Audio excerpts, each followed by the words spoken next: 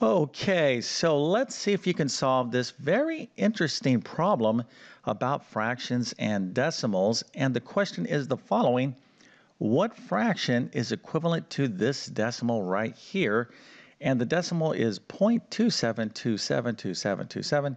So what we have here is what we call a repeating decimal, and the digits 27 are repeating. So we could write this whole thing like this: 0.27 repeating. So hopefully you are familiar with repeating decimals. This is a very important topic when it comes to fractions and decimals. But here is the thing about repeating decimals: all repeating decimals can be expressed as a fraction. So this is the question, and a lot of you actually never learned this in school. It's kind of surprising to me that some textbooks teach this, some do not. Some teachers teach this, some do not. But maybe you could still figure this out. Okay, so I'm not going to tell you that you can't do this problem. What I am going to show you here is a very interesting procedure so we can determine the exact fraction for this decimal. But if you want to go ahead and try this problem, put your answer into the comment section. And if this video helps you out, or if you just enjoy this content, make sure to like and subscribe, as that definitely helps me out. Okay, so let's go ahead and get into this right now. And what I'm going to show you is a procedure. And, with this particular, procedure, you can obviously answer other questions like this. But let's just quickly review the kind of reality that some decimals can be expressed as fractions. Let's go ahead and just take a look at a few easy examples. So here is 0.3. Right, so 0.3, if I say this using place value, this is what? This is in a tenths place, so the equivalent fraction is 3/10, right? Or I can say this decimal as 3/10. So 0.3 is equal to the fraction 3/10. All right, so pretty simple example. Here is another simple example. 0.25 is what? 25 hundredths. So this too is in a tenths spot. The 5 is in a hundredths place. So again, we need to be familiar with place value, all this kind of basic stuff that you learned way back in elementary and primary school. So 0.25 is the same thing as 25 hundredths, so we can write this as 25 over 100. And of course, we can simplify this fraction into the fraction 1/4. Okay, so as we see here, there are decimals, plenty of decimals that have direct fraction equivalents. Now, of course, there are other decimals that do not like the value of pi. Okay, so what is this procedure I'm going to show you? Well, I'm going to show you it right now.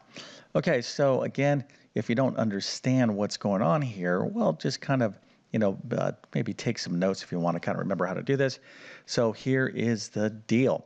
All right, so here's our decimal. It's 0.272727. We see that we have a repeating decimal. The 27 the 27 is repeating. So instead of writing all these 27s over and over again, we could just put a bar over the repeating part. So all this is equal to 0.27 repeating. Okay, so this is the correct mathematical way to write it, but it means all of this. Okay, so here is what we're going to do. We're going to let x equal this repeating decimal, and we're going to write it this way. We're going to put x is equal to 0.272727, and then we'll put dot, dot, dot, okay, indicating that these two sevens continue on to infinity. All right, now what we're going to do is the following. We're going to observe this decimal, and we're going to see at what place value does this decimal repeat. So basically, you can see the 2 is in a tenths place, the 7 is in the hundredths place, so it's repeating at the hundredths, or the first digits is repeating at the hundredths place. Okay, now I want you to kind of keep that in mind, because we're going to be using this value 100 here in a second. Okay, so all right, let's just kind of review what's going on so far. So we have our repeating decimal. We're going to let x equal to this repeating decimal. Then we're going to study the repeating decimal and identify what is the last digit that is repeating. So this is the tenth spot. This is the hundredths place. So it repeats at the end of the hundredths place. And of course, it goes on and on and on. Okay, so we have identified 100 as the hundredths place. And now what do we do next? Well, let's go ahead and take the next step, which of course is having you quickly subscribe to my YouTube channel before I show you the rest of this interesting little procedure. Now, I love what I'm doing, I've been on YouTube for many, many years. I mean, it's a great platform for me to teach and, basically reach as many people as I possibly can that need help in mathematics. And for me, I really need to feel like, well, I'm very passionate about it, helping as many people as possible. Right now, it's not looking too good for the status of math proficiency, even worldwide. Of course, unfortunately in the United States, math scores continue to go down, and the demand for technology is going up, which of course, is directly related to people's abilities to have basically analytical skills, mathematical skills. So for me, I'm going to be like, well, if maybe I can get my content out there, if I can teach in a way that people like and understand, then I feel like I'm maybe, doing a little bit to help the world understand math a little bit better. I know that's a little bit dramatic, but that's why I do these videos.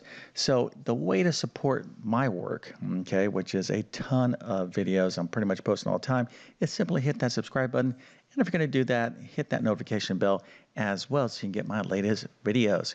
Okay, so let's go back and finish up the rest of this procedure. This is actually pretty interesting. Okay, so what we're going to do here is that we looked at the decimal, and we're seeing that it is finished repeating at the hundredths place. So we're going to use this value, 100, and we're going to use it in a very creative way.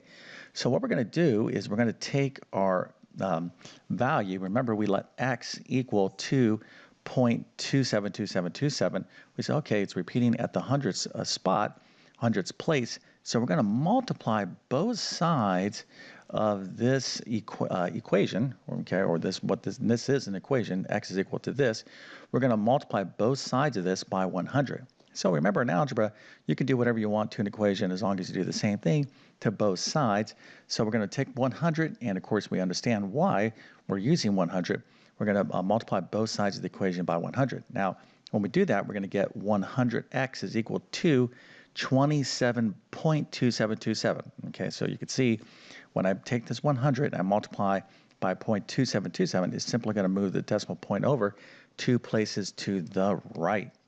Okay, so hopefully you're with me, like, yes, Mr. YouTube Math Man, continue on. I'm like, okay, I hear you, I hear you.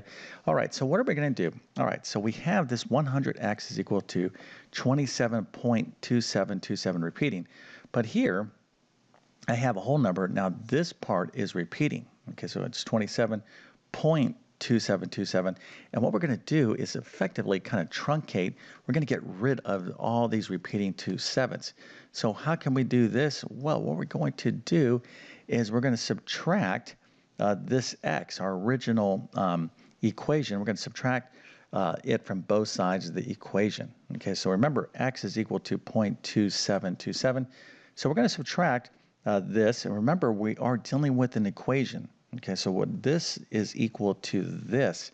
So we're subtracting the same value from both sides of the equation. All right, now again, this is this little crazy procedure that is not taught. Again, this is not taught in many math books. I don't know why, but anyways, this is how it works. Okay, so now that we're going to go ahead and subtract this x. Remember, we already established that x is equal to 0.2727 repeating. So we're going to subtract this value from both sides of the equation. So algebraically, it would look like this. And when we add down, what are we going to get? We're going to get 100x minus 1x, that's 99x. Now, this is the best part of this problem. I'm going to show you it right now. Now, when we subtract this 0.272727 from 27.2727, remember, this is repeating, and this is also repeating, okay? So this is the repeating part. All this repeating part is going to get subtracted away. Remember, I'm subtracting the repeating part. I'm kind of truncating all these infinite 0.27s repeating, okay? So these are going to kind of eliminate one another. And what we're left with, this is a little trick that we're kind of doing here, is 99x is equal to 27. Okay, you're like, oh, okay, interesting. 99x is equal to 27. So now let's go ahead and solve for x. And when we solve for x, we're going to divide both sides of the equation by 99. You can see that work right here. And then we can simply reduce this fraction. And of course, 9 goes into 27 3 times, and 9 goes into 99 11 times. And here, x is equal to 3/11. Okay, so this is what this is equal to. All right, now here in our equation, x is equal to 3 over 11. So right here, here's our equation. X is what? Well, x is 3 over 11. We just, well, not over 10, over 11. That's equal to 0.27 repeating. Now, if you don't believe me, go into your calculator. Matter of fact, you should do this. Take 3 and divide it by 11, and you will see all these lovely 2 sevens repeat. Okay, so this is how you solve this type of question, and there probably is other ways to solve it, but this is one of the most common kind of procedures to solve these type of problems. And probably somebody thought, this is not not that important of a skill to have, but actually, I think this is something that should be taught and should be emphasized because it really reinforces the concept of rational numbers and irrational numbers, right? So a rational number, again, in mathematics, are numbers that can be expressed as fractions of integers, okay? You really have to understand the real number system to be successful in mathematics. So that would include things like the counting numbers, natural numbers, integers, rational numbers, irrational numbers, etc., etc. If you need additional help in basic math, check out these two courses right here. So the first is my Math Foundations course. This is a quick review of basic math. Now, if you want to review basic math, algebra, and geometry, then check out my Math Skills Rebuilder course. I'm going to leave links to both of these courses in the description of this video. All right, so with all that being said, I definitely wish you all the best in your math adventures. Thank you for your time and have a great day.